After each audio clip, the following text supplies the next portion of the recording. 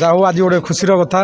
ଆଜି ଆମର ଯେଉଁ ନାଟକର ଉଦ୍ଯାପନୀ ପରେ ଯେଉଁ ଗୁରୁଙ୍କୁ ସମ୍ମାନିତ କରାଯାଇଛି ସେଥିପାଇଁ ଆମେ ବହୁତ ଖୁସି। ଆଉ ସମସ୍ତଙ୍କର ଭଲ ପାଇବା ଆଉ ସ୍ନେହ ଶ୍ରଦ୍ଧା ଏମିତି ଆମକୁ ଏକତାର ସୂତ୍ରରେ ବାନ୍ଧି ରଖିଥାଉ। ଏମିତି ଅନୁଷ୍ଠାନ ଆଗକୁ ଆଗକୁ ଚାଲୁଥାଉ। ପ୍ରଭୁଙ୍କ ପାଖରେ ଆମେ ଏତିକି କାମନା କରୁଛୁ। ଆଉ ସାର୍ମାନେ ଅଛନ୍ତି ତାଙ୍କୁ ସମସ୍ତଙ୍କୁ ନେଇକି ଚକ୍ର ଗ୍ରାମରେ ଯେଉଁ ଆମେ ଅନୁଷ୍ଠିତ କରୁଥିଲୁ ନାଟକ ଜନ୍ମ ନେଇଛି କାନ୍ଦିବା ପାଇଁ, ଭଗବାନ କରନ୍ତୁ ଯେମିତି କେହି ବି ନ କାନ୍ଦନ୍ତୁ, ସମସ୍ତଙ୍କର ଖୁସି ଭାଷାରେ ସମୟ ଅତିବାହିତ ହଉ, ଏତିକି ଆମ ଜଗନ୍ନାଥଙ୍କ ପ୍ରାର୍ଥନା।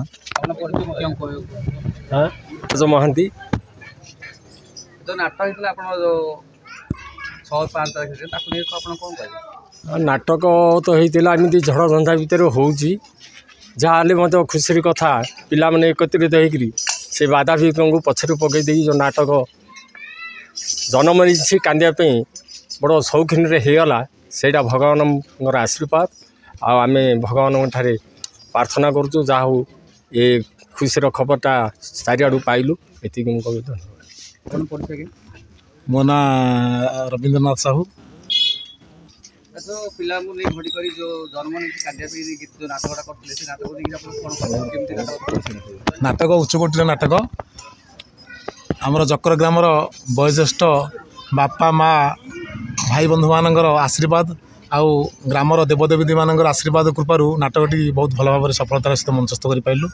ସେଥିପାଇଁ ଏ ଗ୍ରାମର ପ୍ରତ୍ୟେକ ଠାକୁର ଠାକୁରାଣୀ ଆଉ ଗ୍ରାମର ସମସ୍ତ ବାପା ମାମାନଙ୍କୁ ସେଥିପାଇଁ ମୁଁ କୋଟି କୋଟି ପ୍ରଣାମ କରୁଛି।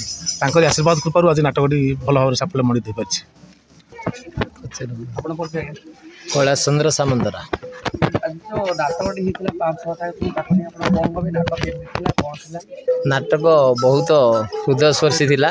କାରଣ ନାଟକ ହେଉଛି ଏଇ ଯେଉଁ ନାଟକଟି ଉକ୍ତ ଗ୍ରାମରେ ଖେଳାଯାଇଥିଲା ତାହା ସାମାଜିକ ନାଟକ ଏବଂ ତାହା ସମାଜକୁ ନିଶ୍ଚିତ ଭାବେ ସୁପ୍ରଭାବ ପକାଇଥାଏ। ତେଣୁ ଏଥିରୁ ମଧ୍ୟ ବହୁତ ଗୁଡ଼ିଏ ଶିକ୍ଷଣୀୟ ଜିନିଷ ଅଛି।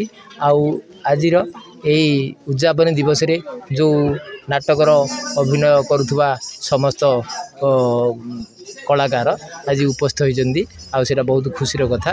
ଆଉ ଆଗକୁ ଯେମିତି ଏଇ ଗ୍ରାମର କଳା ବଞ୍ଚେଇ ରହୁ, ସେଇଟା ମୋର ଆଶା। ଆଜ୍ଞା, ମୁଁ ଶୁଣିବାକୁ ପାଉଥିଲି ଆପଣ ଯେଉଁ ନାଟକ କରିଥିଲେ ନାଟକର ଭିଲେନ୍ କ'ଣ ଭଡ଼ା ବାନ୍ଧିଥିଲେ ତାକୁ ନେଇ ଆପଣ କ'ଣ କହିଲେ? ନାଇଁ ଏଇଟା ସେମାନେ କହିବାଟା ଯୁକ୍ତିସଙ୍ଗତ, କିନ୍ତୁ କାହିଁକି ସେମାନେ କହିଲେ ମୁଖ୍ୟ କଥା ହେଲା ଏଇ ନାଟକର ଯେଉଁଟା ଭଡ଼ା ବୋଲି କହୁଛନ୍ତି ତାହା ବହୁତ ଉଚ୍ଚକୋଟୀରେ ଥିଲା ଏବଂ ବହୁତ ଏମିତି ଥିଲା ଯାହାକି କଳ୍ପନାରୁ ବାହାର।